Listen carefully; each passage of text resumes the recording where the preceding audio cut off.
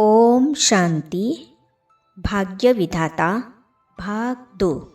इस पुस्तक में आज हम पढ़ेंगे बाबा की दृष्टि पाकर देह की सुध-बुध भूल गई। इस विषय पर ब्रह्मा कुमारी पुष्पा रानी बहन अपने अनुभव सुनाती है। चलिए आज हम इसे पढ़ते हैं। मेरा लौकिक जन्म सन 1942 में मुल्तान अर्थात पाकिस्तान के एक धार्मिक तथा संपन्न परिवार में हुआ। भारत और पाकिस्तान के विभाजन के समय दर्दनाक परिस्थितियों में मेरे लौकिक पिताजी तथा 2 बड़े भाइयों सहित परिवार के 14 सदस्यों का देहांत हुआ, जिससे घर में बेहद दुख तथा वैराग्य का वातावरण रहता था। इतना बड़ा आघात परिवार को लगने से भक्ति में भी मन नहीं लगता था। उसके बाद हम करनाल में स्थानांतरित हुए। दर्शन की बात सुनकर हुआ खिंचाव। जैसे जैसे मैं बड़ी होती गई, मेरे मन में भक्ति भावना तीव्रता से जागृत होती गई, जिससे मैंने पुनः पूजा पाठ व्रत आदि शुरू किए। मैं देवी देवताओं की पूजा करती थी। श्री कृष्ण से बहुत प्यार था। प्रभु दर्शन तथा मिलन की लगन से मैंने गुरु भी किए। सन 1956 में मेरी एक सहेली ने बताया कि यहाँ एक श्वेत वस्त्रधारी देवी आई है, जो 7 दिन में भगवान के दर्शन कराती है। दर्शन की बात सुनकर मेरा खिंचाव उस तरफ हुआ। सहेली के साथ मैं और मेरी माताजी सेवा केंद्र पर गए, जहाँ दादी मनोहर इंदिरा जी से मिलना हुआ। दादी जी ने 7 दिन का कोर्स कराया। कोर्स के दौरान मुझे बार बार संकल्प चलता था कि मुझे भी इन बहनों जैसा श्रेष्ठ जीवन बनाना है। मैं नियमित मुरली क्लास करने लगी। बाबा को लिखा पत्र।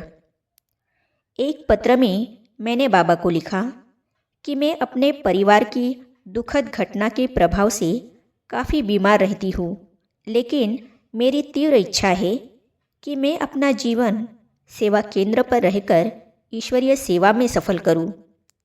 आशा है आप मुझे स्वीकृति देंगे। ठीक 1 सप्ताह के बाद प्यारे बाबा का लाल अक्षरों में हस्तलिखित पत्र मिला। मीठी बच्ची, आपकी बीमारी का इलाज दिल्ली में कराया जा सकता है।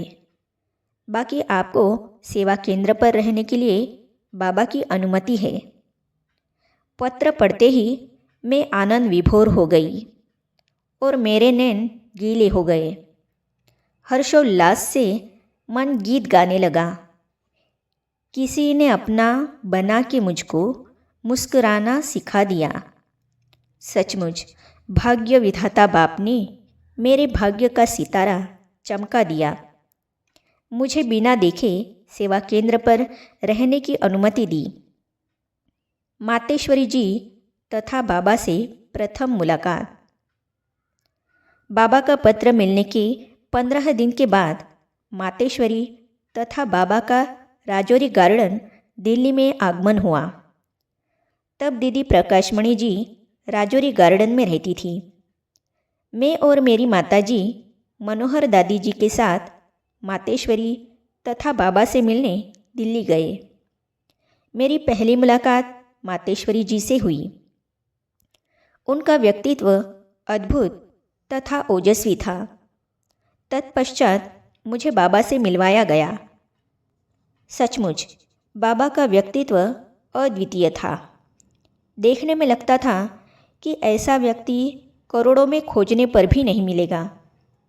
उनकी सौम्य मूर्त, मधुर और हृदय को छूने वाली मुस्कान, उनके तेजोमय मुखमंडल से प्रस्फुटित प्यार और स्नेह की किरणें तथा गहरी और मर्म भेदिनी आँखें देखने वालों पर अमिट प्रभाव डालती थी।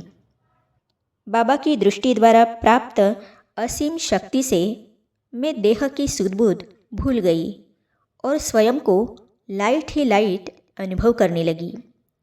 मुझे बाबा ने पत्र में लिखा था, तुम्हारी बीमारी का इलाज दिल्ली में किसी डॉक्टर से हो सकता है, पर बाबा ने ही दिल्ली में आकर रूहानी सर्जन बनकर मुझे स्वस्थ कर दिया। स्वास्थ्य में काफ़ी सुधार होने लगा। उसके बाद मैंने दवाई लेना छोड़ दिया। मैंने देखा उनकी दृष्टि जिस पर पड़ जाती वही चकित सा होकर चकोर की तरह उस चंद्रमुखी चेहरे को बस निहारता ही रह जाता। उसे अपने शरीर की सुध-बुध भूल जाती और अपने आप अर्थात आत्मा की वास्तविक अवस्था में टिक जाता। सचमुच ही बाबा की आँखों में रूहानी शक्ति रूपी कमाल का जादू भरा हुआ था। अपने अनुभवों में ब्रह्मा कुमारी पुष्पारानी बहन आगे कहती है, सिंधी भाषा पढ़नी सीखी तो इन अनुभवों को हम पढ़ेंगे अगली कड़ी में। तो ये जानने और पढ़ने के लिए इस चैनल को सब्सक्राइब करने के साथ ही साइड में जो बेल आइकॉन है उसे भी क्लिक कीजिए, ताकि आने वाली सभी वीडियो और अब तक की सारी वीडियो आप तक पहुंचती रहेगी। ओम शांति।